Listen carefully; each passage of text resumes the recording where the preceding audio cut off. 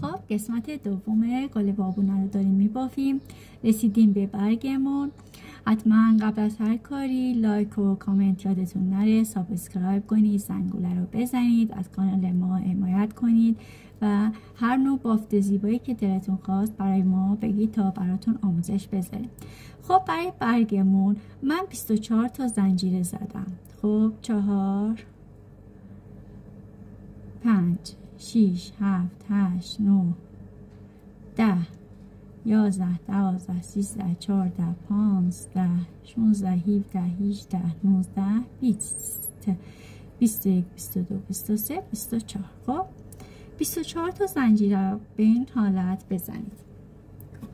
با کمک سیم گلسازی خب سیمو حدود 4-5 سانت در ابتدا نگه دارید. بعد از دومین پایه، از دومین زنجیره ببخشید شروع به باف کنید. یک کوتاه، دو پای کوتاه، بعد پای متوسط، 12 پای متوسط در ادامه هم بافته میشه. 3 4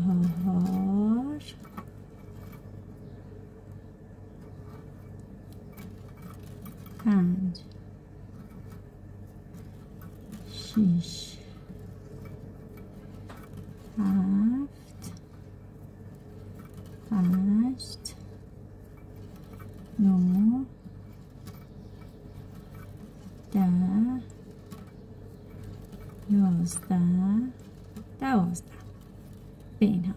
خب بعد بقیه شروع به بافت پای بلند میکنیم. یه بلند، دومین بلند، سومین بلند، 4 5 6 7 و 8مین پای بلند. در آخرین زنجیره 3 پای بلند ببافید. یک بلند، دو بلند و 3 پای بلند. به این حالت سیمو خم میکنیم. این نخ انتها ابتدای رج و لبه بافت میذاریم. بعد میایم طرف دیگه این زنجیره گوشه این رو رد میکنیم. بعد شروع به باف میکنیم. 8 پای بلند، بعد 12 تا پای متوسط، بعد 2 پای کوتاه. به این صورت ببافید. 2 بلند، 3 4 5 6 7 و 8.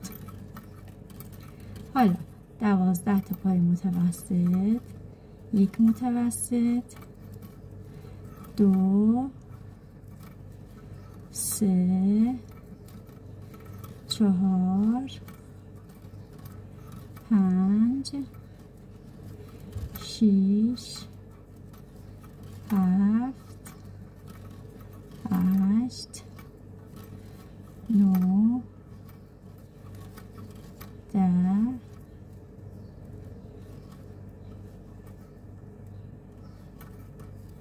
11 و 12. حالا 2 پای کوتاه، یک کوتاه و 2 کوتاه. اینجا در زنجیره گوشه یه پای بست میزنی، یه زنجیره. ببینید نخو به این صورت از پشت باف بیارید، بگیرید به این صورت. ببخشید یه لحظه، به این صورت ببینید از پشت باف گلاب بگیرید، یک پای بست، یک زنجیره و اضافه سیمو نگه دارید. بقیه سیمو برش بزنید. حالا میریم رج دوم. در رج دوم ما چیکار میکنیم؟ در رج دوم میایم روی پایه ها خب اولین پایه، ببخشید اینجا چون زنجیر زدیم اینا برای زنجیر است، ولی این پایه رج قبل ما هستش. 2 پایه کوتاه میبافیم، 1 کوتاه 2. به این صورت در پایه بعد 1 پایه متوسط، 1 زنجیره، دوباره 1 پایه متوسط ببافید. بعد دوباره 2 کوتاه، 1 2. خب بعد در پایه بعد 1 پایه بلند، 1 زنجیره، رو همون پایه 1 پایه بلند ببافید. بعد 2 کوتاه، دوباره 1 بلند روی 1 پایه، 1 زنجیره، 1 بلند دیگه روی همون پایه. بعد 2 تا پایه کوتاه، 1 کوتاه 2 کوتاه. به این حالت 2 کوتاه روی 1 پایه، 1 بلند، 1 زنجیره، 1 بلند. به این حالت 2 کوتاه، بعد تا گوشه، نرسیده به گوشه تموم کنید. بعد اینجا رو هم بهتون توضیح بدم. خب ببینید به این حالت بافته میشه. بعد میرسیم به پایه گوشه. در پایه گوشه بعد اینکه 2 تا پایه کوتاه بافتیم، به پایه گوشه میرسیم، 1 متوسط، 1 بلند، 1 زنجیره، در لبه پایه متوسط، پایه بلند، 1 پایه بست، دوباره داخل همون پایه گوشه، 1 بلند و 1 متوسط. به این صورت 2 کوتاه و 1 بافت تکرار طرف اول هستش. به این صورت این قسمت هم مثل قسمت اول ببافید، بعد برگمون رو تموم میشه. خب اینجا تموم شد. بعد به ابتدای رج 1 بست بزنید، 1 زنجیره و نخو بلند گته میکنیم، نه زیاد بلند، حدود مثلا 15 سانتی نگه میداریم برای اینکه میخوایم دور سیممون بپیچیم. ببینید وقتی من این پایه بست و اینجا میزنم، یه لحظه این نخ اضافی رو قطع کنم.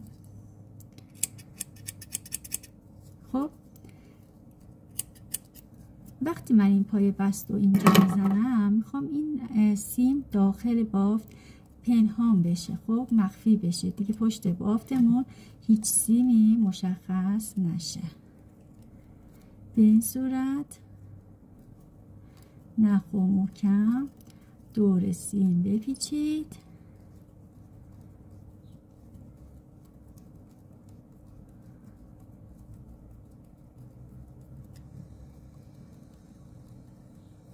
انتهای سیم به این حالت چند دور خم بشه تا نخ داخل سیم بمونه، باز نشه.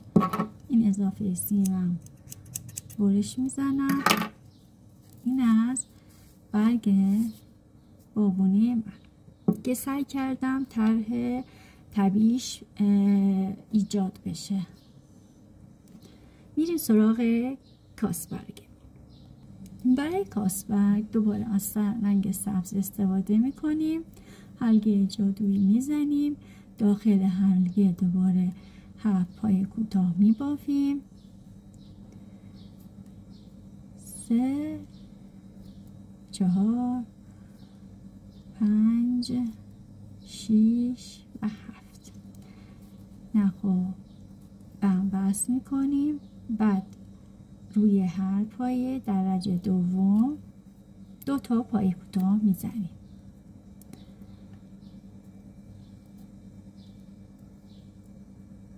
یه افزایش، 2 افزایش،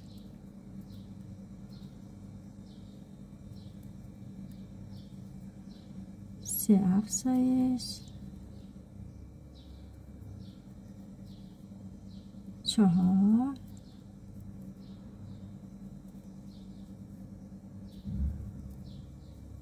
5 افزایش 6 و 7. روی هر پایه من 2 تا پایه با کوتاه بافتم به این صورت. یک نخ نشانه رنگ مخالف انتخاب کنید، بردارید کنار باف بذارید. حتما لایک و سابسکرایب یادتون نره. من لاله هستم، سعی میکنم هر گل زیبایی که دلتون میخواد بگید من براتون آموزش بدم و یاد بدم. خب یک کوتاه، یک افزایش به این حالت، یک کوتاه، یک افزایش،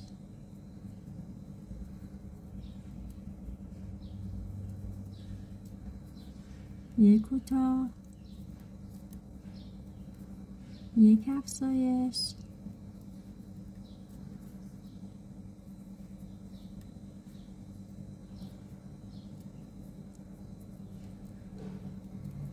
یک کوتاه،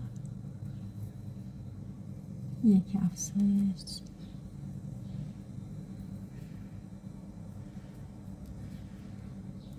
هر بار این کار ما انجام میدیم.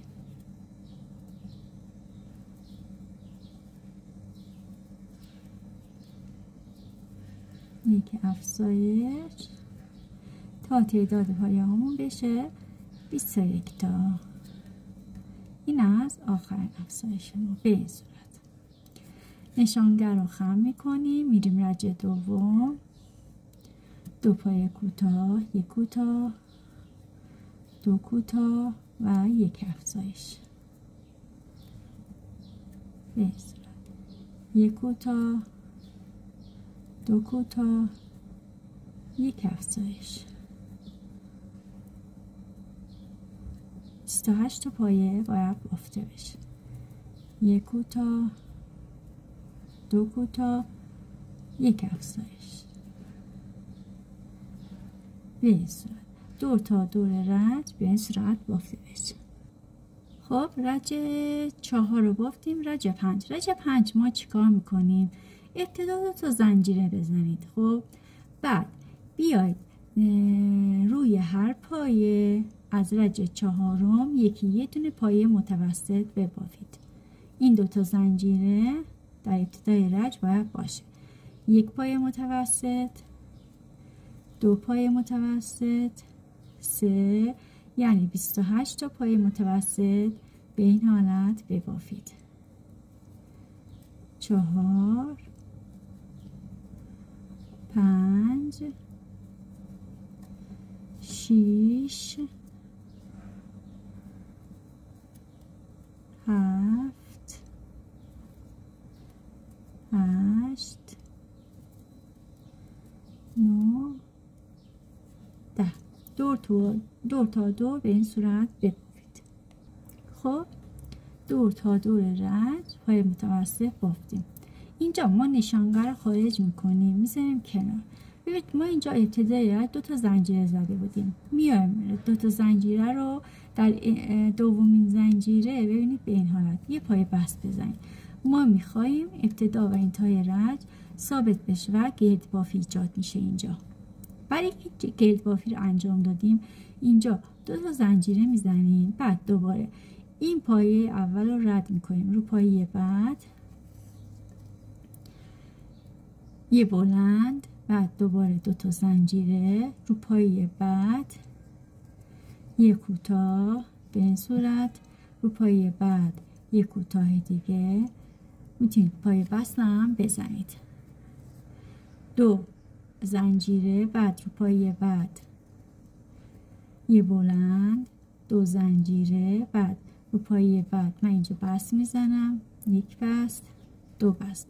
اینا رو هم میشکافم، پایه بست میزنم، 2 زنجیره، رو پایه بعد یه بلند، 2 زنجیره، رو پایه بعد یک بست،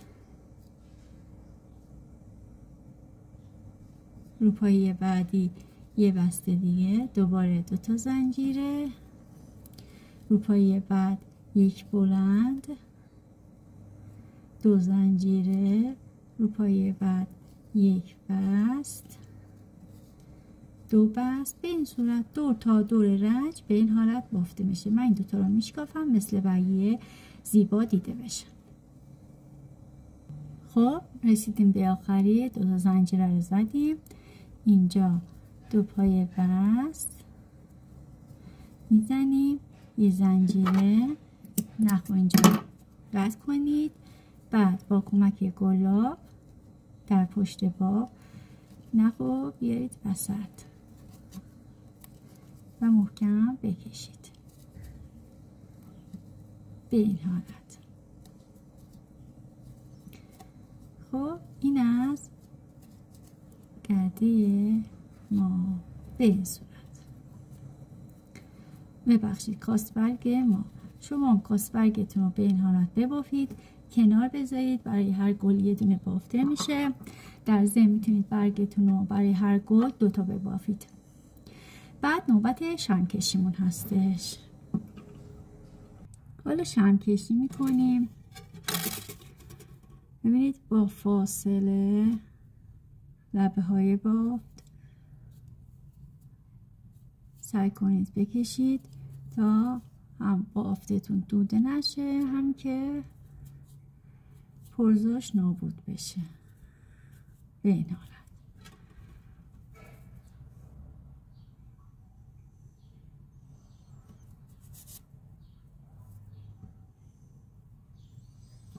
در مورد گل اول پشت کار، بعد لبه ها، سریع به این حالت با دستتون خم کنید، بکشید و شم کشی کنید.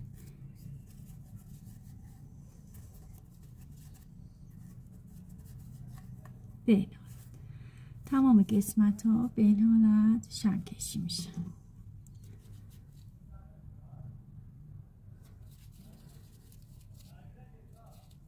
به این حالت تمام کنید.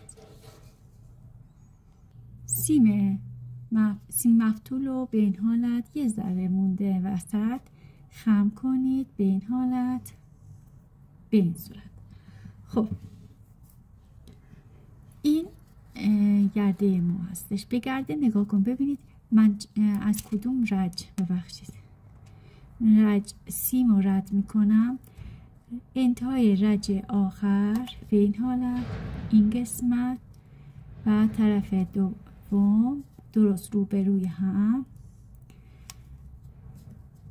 ما بین رج اول و دوم از دو طرف سیمو به این حالت رد کنید.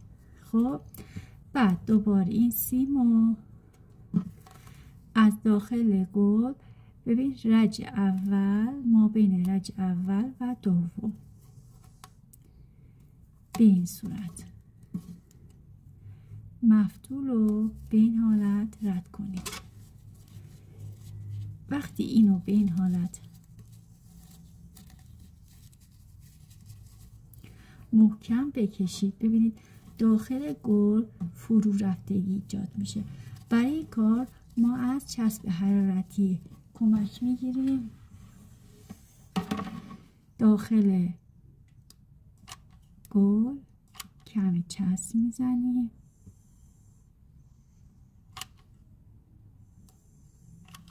به این حالت محکم سیمو میکشیم، چند لحظه نگه میداریم تا خشک بشه.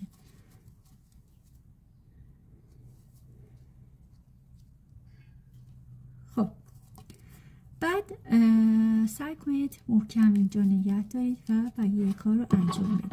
ببینید اینجا در رج اول، در رج آخر و اینجا حلقه پشتی رج چهارم چسب بزنید روی کار برگردونید. به این صورت ببینید اینجا و اینجا دو قسمت در 3 طرف من این کار رو انجام میدم.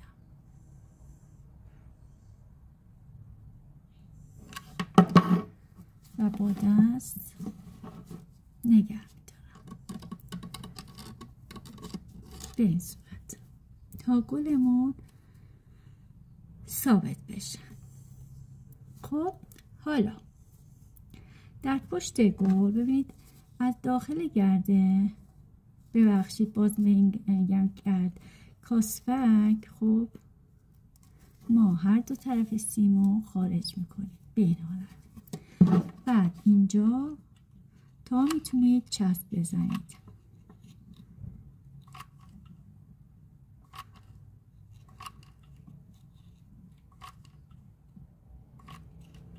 به این حالت.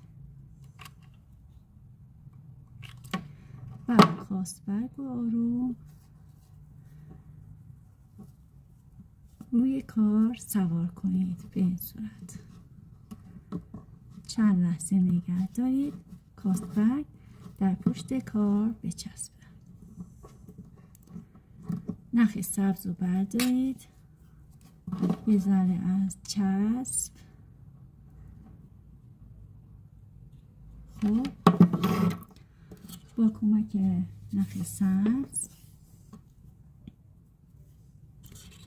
به این حالت شروع به پیچیدن میکنید. 0 تا سیم ها جمع بشن. اینجا چند بار تکرار میکنید تا ثابت بشن. بعد برمیگردید و حدود 10 سانت یا 8 سانت دور تا دور سیم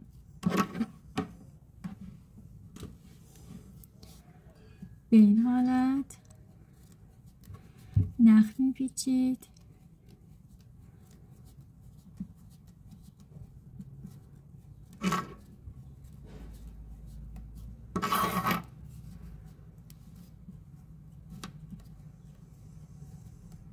خب حالا برگ و کنار لبه کار به این حالت نگه دارید و دوباره شروع به پیچیدن کنید تا انتها.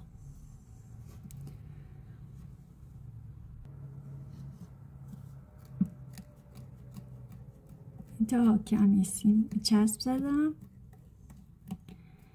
به این حالت و سفت میپیچم.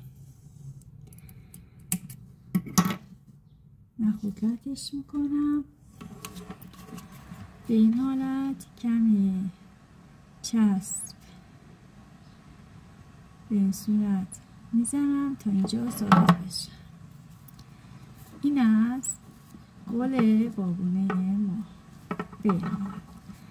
امیدوارم شما ببافید، مثل من از کاراتون لذت ببرید و بافتاتون رو دوست داشته باشید.